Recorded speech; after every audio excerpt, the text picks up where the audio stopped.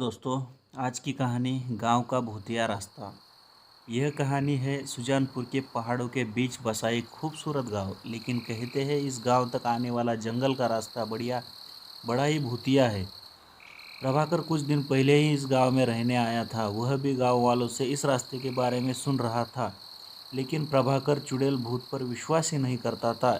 एक दिन वह रात को उसी रास्ते से अपने बाइक से शहर से लौट रहा था और उसकी बीवी सुगंधा भी उसके साथ थी। अचानक से एक काली बिल्ली उसका रास्ता काट देती है। प्रभाकर जोर से ब्रेक लगाता है, तभी वह काली बिल्ली उसके बाइक के पास आकर गुर्राने लगती है। दोनों बिल्ली को भगाने का प्रयास करते हैं, लेकिन उस बिल्ली का गुर्राना बंद नहीं होता है।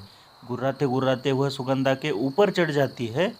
वह उसे हटाने का प्रयास करती है, लेकिन बिल्ली उसे जोर से दबोचा हुआ था। तब प्रभाकर बिल्ली को पीछे से पकड़ता है और सुगंधा को उसकी पकड़ से छुड़ाता है। फिर प्रभाकर एक पत्थर उठाकर उससे मारता है। बिल्ली जोर से गुर्राते हुए सामने से पेड़ पर चढ़ जाती है और अचानक वहां से गायब हो जाती है। उसे अचानक गायब होते देख दोनों डर जाते हैं।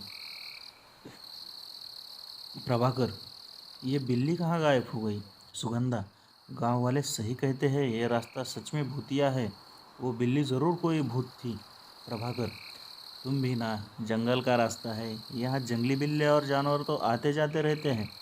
सुगंधा, होते होंगे, लेकिन वो किसी पर इस तरह हमला नहीं करते होंगे। चलो चलो अब जल्दी निकलो यहाँ से, फिर से कोई जानवर ना आ जाए। प्रभाकर ने बाइक स्टार्ट किया, लेकिन जैसे ही बाइक की हेडलाइट जली उसे सड़क पर कई सारे गहने गिरे हुए दिखाई दिए और उसमें सोने के सिक्के भी थे। वह कुछ सोच पाता तभी उसे किसी औरत के रोने की आवाज़ आने लगी। सुगंधा, अब किसका इंतज़ार कर रहे हो? हम किसी मुसीबत में ना फंस जाए। वे दोनों घर लौट आए, लेकिन प्रभाकर के आंखों के सामने वो सोने के गहने और सिक्के अभी भी घूम रहे थे। वैसे तो प्रभाकर को किसी बात की कमी नहीं थी, लेकिन वो बहुत लालची था। वो उन गहनों को किसी तरह हासिल करना चाहता था। अगले दिन प्रभाकर अकेले ही बीज लेने के लिए शहर जा रहा था और सुगंधा की बातों को अनसुना करके बाइक स्टार्ट करके घर से निकल गया। थोड़ी देर बाद वह उस भूतिया रास्ते पर पहुंच गया। दिन के समय भी वह रास्ता बिल्कुल सुनसान था। प्रभाकर अपनी बाइक से चला जा रहा था, तभी उसे रास्ते के किनारे पर एक सुंदर सी दुल्हन दिखाई दी जो रो रही थी। उसे समझ नहीं आ रहा था कि इस सुनसान रास्ते पर यह दुल्हन कहाँ से आई। वह उससे कुछ पूछता, तभी वह उसके पास आ गई और रोते हुए बोली, दुल्हन, भाई साहब देखिए ना, मैं रास्ता भूल गई हूँ, मुझे शहर जाना है, क्या आप मुझे शहर छोड़ देंगे? प्रभाकर, लेकिन तुम यहाँ कैसे आई? लोग कहते हैं कि ये रास्ता भूतिया है।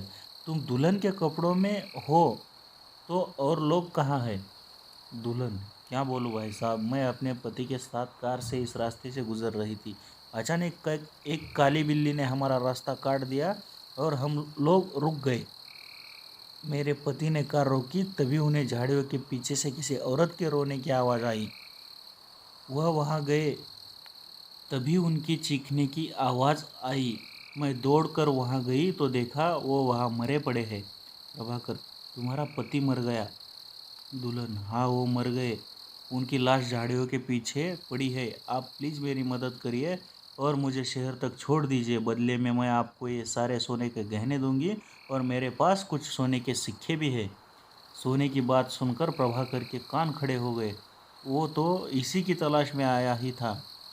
उसने उन सिक्कों को अपने हाथों में ले लिया, लेकिन जैसे ही उसने अपने हाथों में लिया, वह लड़की अब दुल्हन से चुड़ैल में बदल गई और ज़ोर ज़ोर से हंसने लगी। प्रभाकर धुएं में बदलने लगा।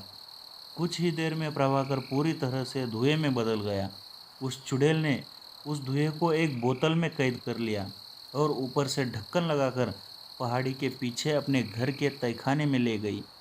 वहाँ पर पहले से ही धुएं से भरी कई सारी बोतलें थी। चुड़ैल, आज मेरी 11 लोगों की गिनती पूरी हो गई। बिना सोने का लालच दिए मैं इन्हें धुएं में नहीं बदल सकती थी। लालची कहीं के। कल अमावस्या है, कल मैं इन सबको इनके असली रूप में लाऊंगी और इन सब को मारकर इनके आत्मा पर कब्जा कर लूँगी। और फिर उसे अपने पति के शरीर में प्रवेश करा दूंगी और वो फिर से जीवित हो जाएंगे। दूसरी ओर रात काफ़ी हो गई थी। प्रभाकर के घर नहीं पहुंचने पर सुगंधा को चिंता होने लगी। पूरी रात सुगंधा ने प्रभाकर का रास्ता देखा लेकिन नहीं आया। उसे समझ नहीं आ रहा था कि वहाँ कहाँ चला गया।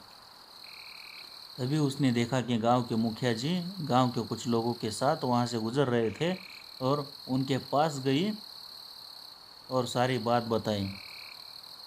मुखिया, बेटी, सच सच बताना, तुम लोग हाल ही में भूतिया रास्ते पर गए थे क्या?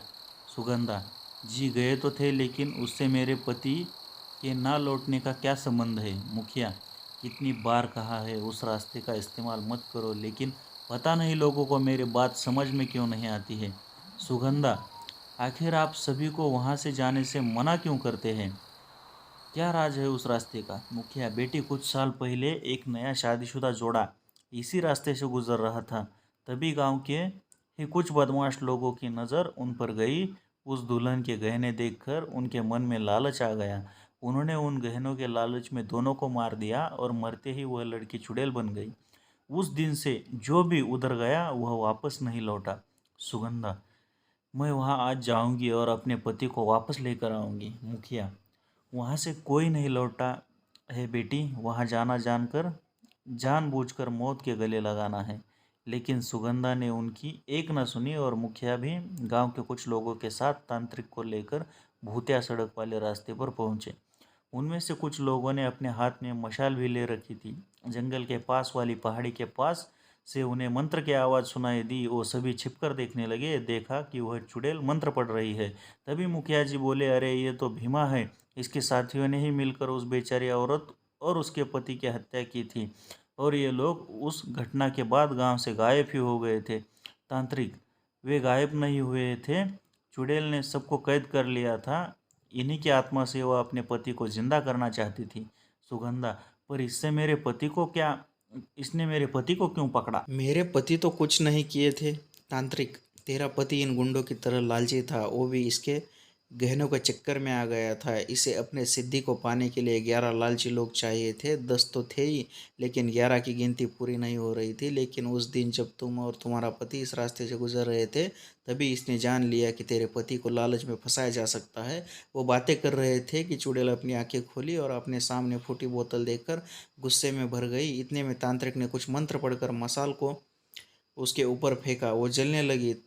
इसी बीच तांत्रिक ने सारी बोतलों को पत्थर मारकर फोड़ दिया और उसमें से कैद सभी लोग बाहर निकल गए।